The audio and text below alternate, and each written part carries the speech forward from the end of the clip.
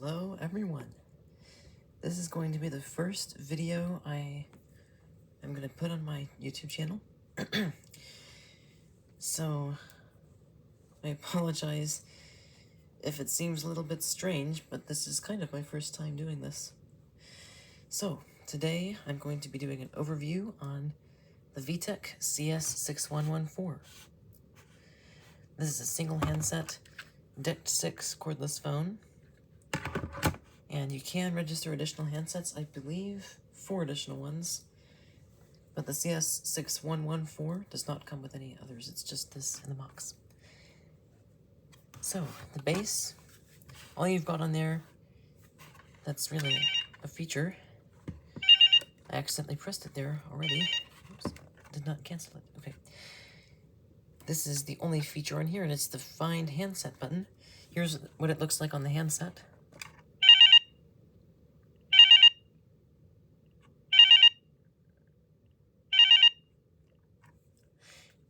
And it's really not that loud, but because this is a piezo speaker that plays that sound, it is probably easy enough to hear from a long distance away that you'd be able to find the phone.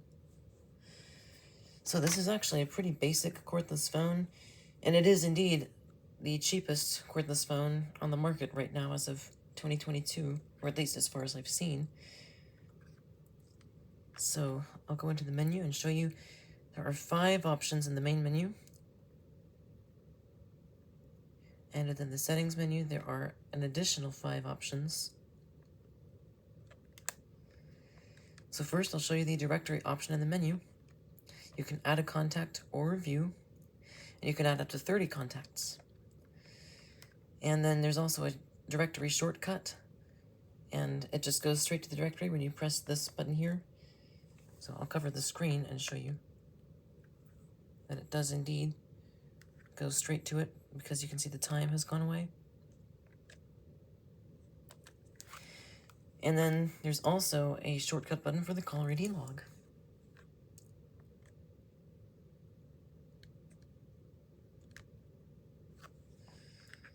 And then if you go into the menu, the caller ID log option has the ability to delete all calls at once. Then for the ringers, you've got 2 volume levels plus off.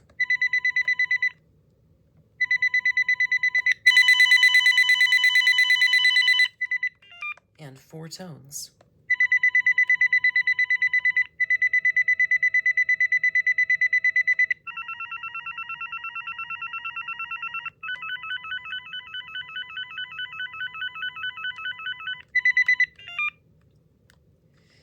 Next up, the set date and time option. It's pretty much just that.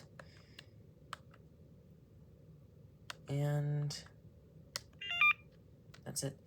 Then in the settings menu, you've got the LCD language. This has English, French, and Spanish.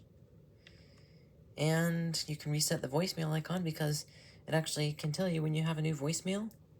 But if you checked it from another phone and this has not stopped showing that, you can go into the menu and reset it here like this, even though it wasn't on there just now. And then the key tone, which sounds like this.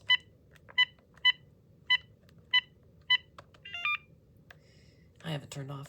And then the home area code, which is where you can set the area code so that it displays in the call log and dials from the call log only 7 digits if necessary.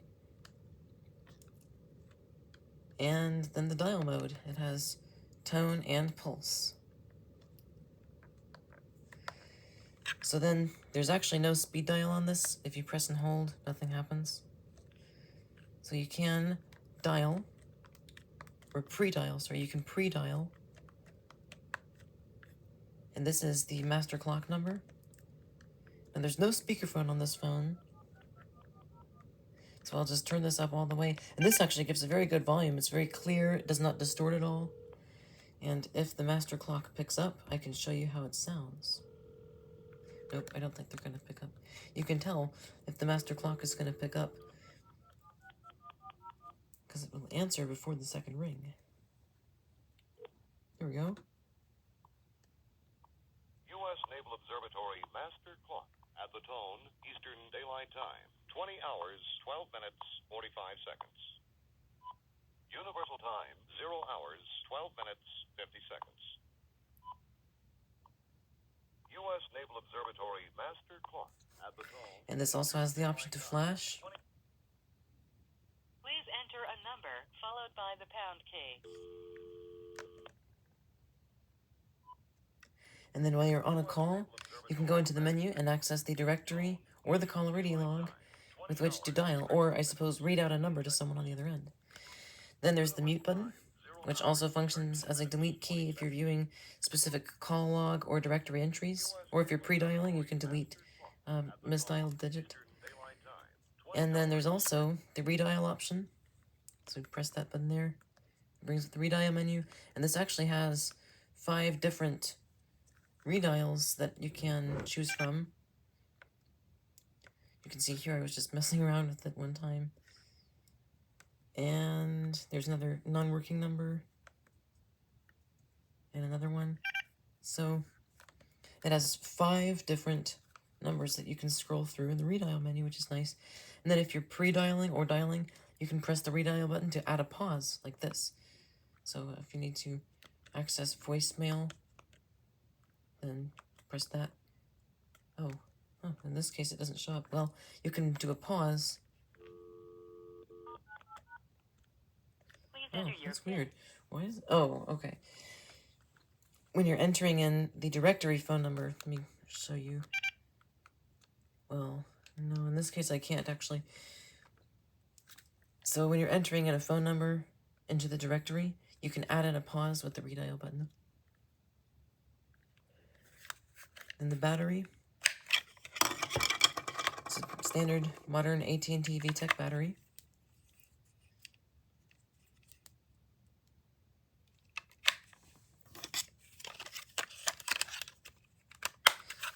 And then the ergonomics on this phone, they're actually pretty good. It's made fairly well. Fits the shape of my hand quite well. And you can see there's like a seam right here. That's because around the whole front side of this, it's all smooth. And while that does get dirty faster than the regular matte textured plastic, the smooth part is a little bit grippier.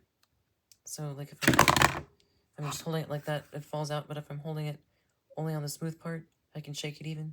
It takes a while to actually drop it. So that's nice that it's got this wide strip. Helps you hold it better. And then again, the backlight is pretty dim. The button lights are pretty good. And also, the buttons are sort of designed incorrectly, I think. The printing for the buttons is right on the surface. Unlike on, for example, the Uniden CS6114, where you can see you've got a clear plastic covering over the actual printing and lettering on all the buttons. Sorry. On this one, the printing is just right on the surface, so that means with time it will wear off from all the buttons. And that's just kind of a poor design, especially if this is your only phone. Eventually, a lot of this printing is going to go away. So, really, there's not too much else for this phone. It takes the standard AT&T and VTech AC adapter, which is this. Let me get it untangled. Okay.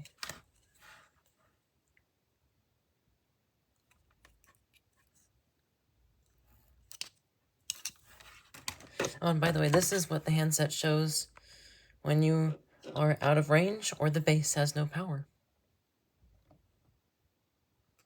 And if you try to talk, it does that. But then here's something very interesting. If you pre-dial, it actually makes a different sound. Wait, if you do multiple digits. Well, there we go. It's making a fool out of me. In the past, it seems to be kind of random. If you pre-dial while it's out of range, and then you try to press talk, it usually makes a different sound. It's kind of the same sound, except it comes out of this speaker, so it doesn't sound like the piezo one. But anyway. That's not really a feature, it's just something kind of strange. So, here's a full look at the base. Oh yeah, I forgot to show you. On the back here, you can see it is actually wall-mountable without a bracket, which is quite nice. Whoops. So the phone, it's a cheap phone, and it doesn't have much to it, but what it does have, it seems to actually execute pretty well. So it's a nice, solid operating system, and it's a pretty nice phone, especially for $15. So thank you for watching, and I will see you in the next video.